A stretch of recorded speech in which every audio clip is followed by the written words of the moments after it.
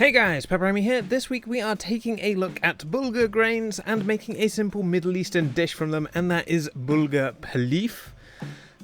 Pilaf? I hope I'm saying that right. I'm probably not. As, you know, English people are really good at butchering other languages.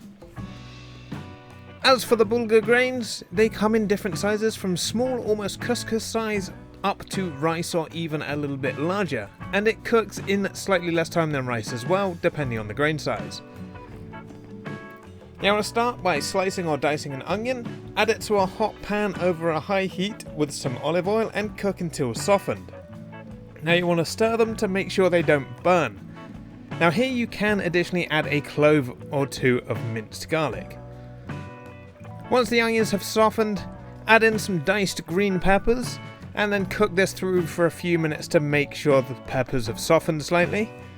And then add in 2 to 3 tablespoons of tomato paste and 1 to 2 diced tomatoes, and then stir to coat. Next, add in your bulgur and once again stir to coat, and then pour over 500 ml of chicken or vegetable stock. Now, you may need to add some more water depending on how well your bulgur absorbs the stock, and then turn the heat to medium, stirring occasionally, making sure nothing is catching on the bottom of the pan. And then cook until the bulgur is tender and most of the stock has evaporated or been absorbed. Now, if you are using smaller grains, these will of course cook much faster than the larger grains, so you may need to adjust your cooking times accordingly.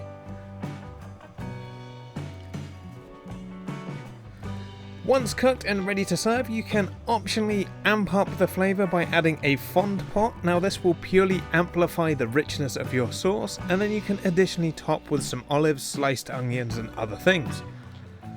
Now I made a larger batch because this also works great cold as a nice snack for the next day or lunches, or you can just make a big batch and take it to a party or a barbecue or something like that.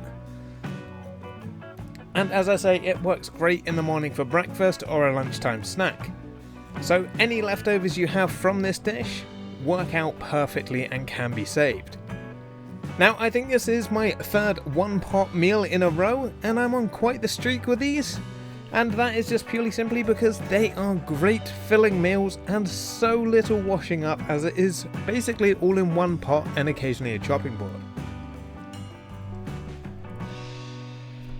But anyway, that wraps up this week's video. If you like what you saw, let me know down below with a like and a comment.